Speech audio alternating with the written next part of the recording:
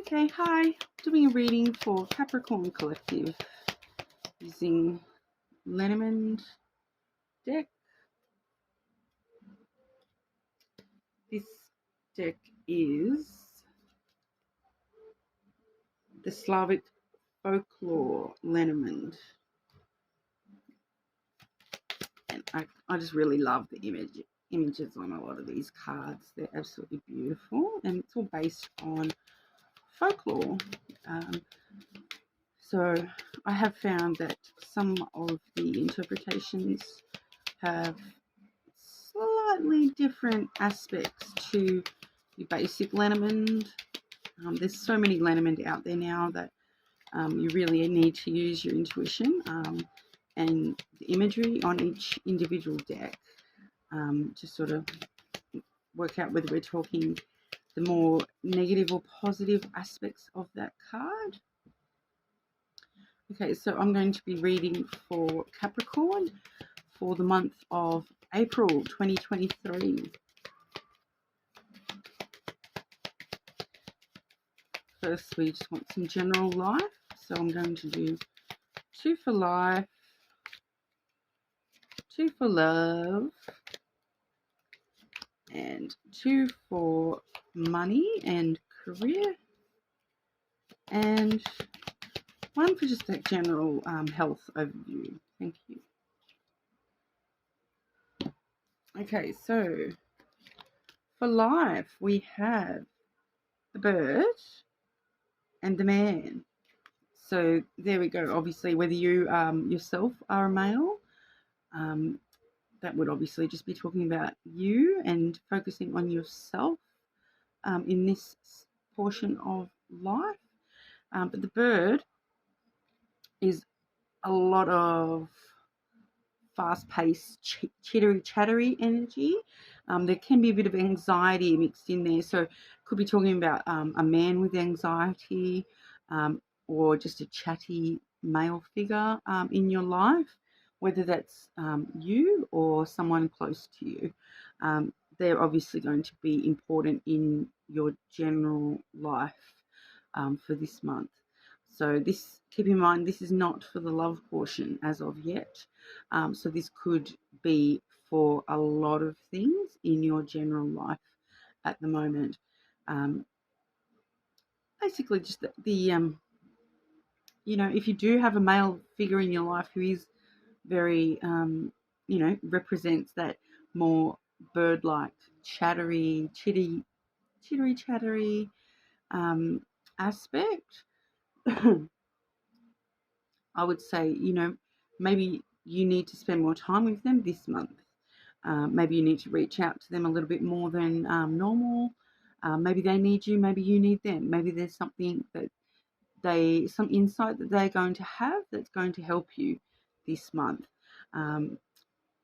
I also like to note that the bird in the more traditional decks is actually represented by the owl symbolism. So if there is a particular man of importance in your life, because this man can be like a father figure as well.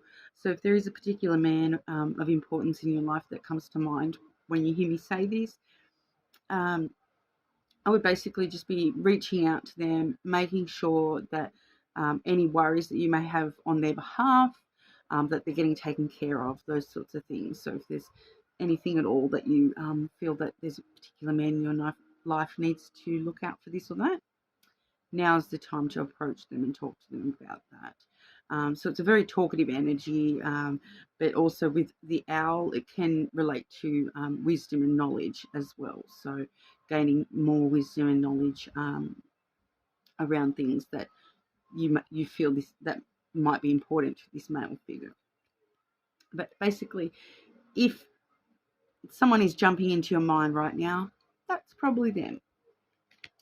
For the love portion, we have the moon and the book. Yep. So that's actually a very interesting energy, because the moon talks a lot about emotions, intuitions, those sorts of things. What comes out at night. Your emotions and your true intuition, dreams and fantasies. So whereas the book is more about truth, and education, new chapters, those sorts of things. So with that in your love life, you could be coming into a new emotional spectrum this month when it comes to relationships, but also seeing the truth of your emotional side. And also, with the moon there, I would sort of say follow your intuition this month. It will lead you to new chapters. That's a pretty general message there for you. But with the moon in, it traditionally can also talk about beauty and luck as well. So it is actually a very positive energy heading towards you this month with love. It might just be a little bit about fine-tuning those emotions, ready for this new chapter to start for you. For money and career, we have the bear and the crossroads.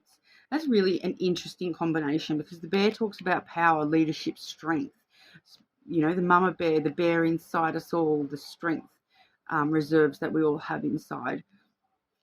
And then with the crossroads being, the road of destiny, choices, decisions that you need to make. So any decisions that you need to make when it comes to your finances, your career, make them with that inner strength, make them with power and leadership in mind. So you might be actually heading into more leadership type roles this month. That is actually a really good sign for, making strong leadership decisions. So if you are in a power role where you are in charge of making decisions, make them strongly and firmly, and everything will sort of follow the path that it's supposed to follow, which is really actually a really good combination for business, having the strength there. So it's sort of stabilizing, strengthening those financial and career decisions this month. So any decisions that you do make this month, as long as you make them strongly, in that sense of power of yourself, I would say they're probably going to be good decisions, taking you down the right path. General health overview, we have the Tower. So I know a lot of you will probably watch tarot and automatically think the Tower from tarot, whereas this Tower is actually a little bit different. So the Tower actually talks more about like foundational sort of things, institutions, those sorts of things. So when I'm asking about general health, that actually to me would just say that if you maybe actually even work in the industry, um, as a side note out there to somebody, but also, like authorities, boundaries, solitude. So, think about Rapunzel up in her tower. Like I said, the lenormand is highly based on imagery. The tower can also, reference a lot of pop culture sort of things like Rapunzel over in her tower. So, but also having that fortitude, that that strength, that foundation, that strong foundation, so your tower doesn't topple. But in the health aspect, the tower could actually just be talking about a physical building as well. So it could just be saying to you, if you've been thinking about, maybe I do need that doctor checkup, maybe I should visit the hospital for that thing, that's what the answer is. You know what I mean? Go to the building that you need to go to for these health concerns, get them checked out. It's not a positive nor a negative sort of card. Sometimes it can talk about older things or things from the past. So if you do have any issues health-wise that are sort of long-standing health issues, now would be a really good time just to go and get a checkup on those sorts of things, just to make sure nothing from past injuries or anything like that is still affecting you now. Okay, and that brings us to our shadow work portion of the week.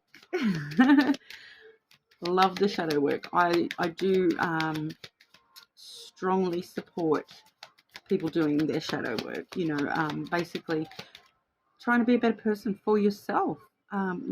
We all want to be the best that we can be for ourselves. And, it's a lot of times it's easy to just not actually stop and think about it.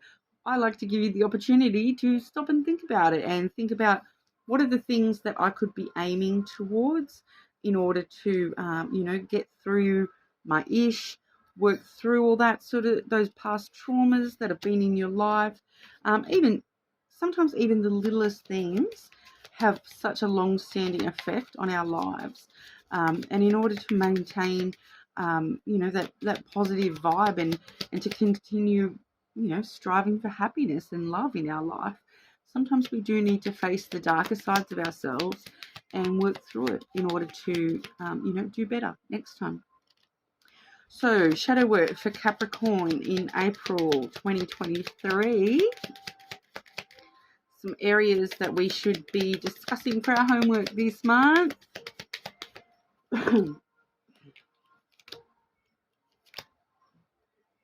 Okay. We've got the garden and the clover. So straight away, seeing the clover come up for a shadow work card. Someone out there, this may not resonate with everybody, but someone out there has a gambling issue. You need to check it, basically.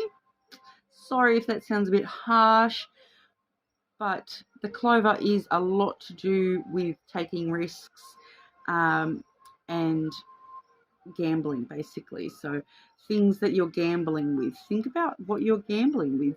Do you have certain risks that you take that may not be good for you in the long run?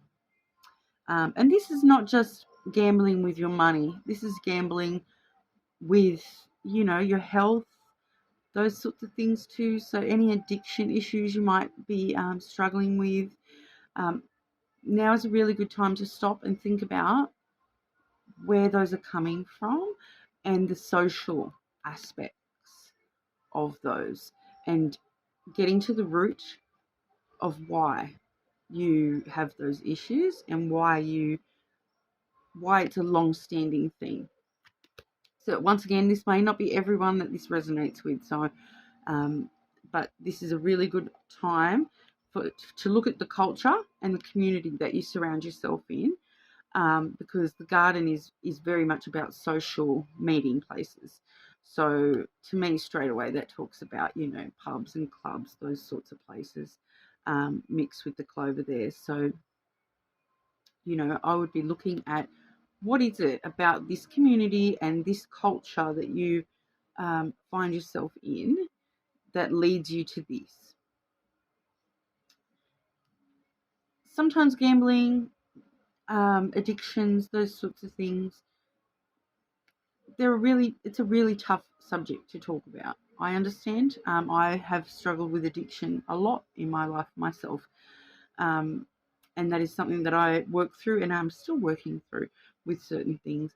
So it's a lot about looking at the root causes of these things. Why do you feel like if I go out with my mates, you need to have a drink?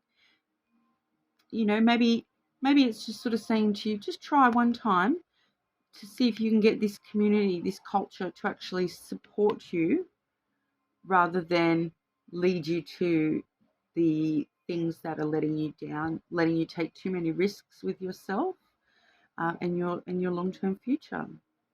It can be a hard thing to talk about, but it's also with the garden, it's also sort of saying, like, you can rely on your community.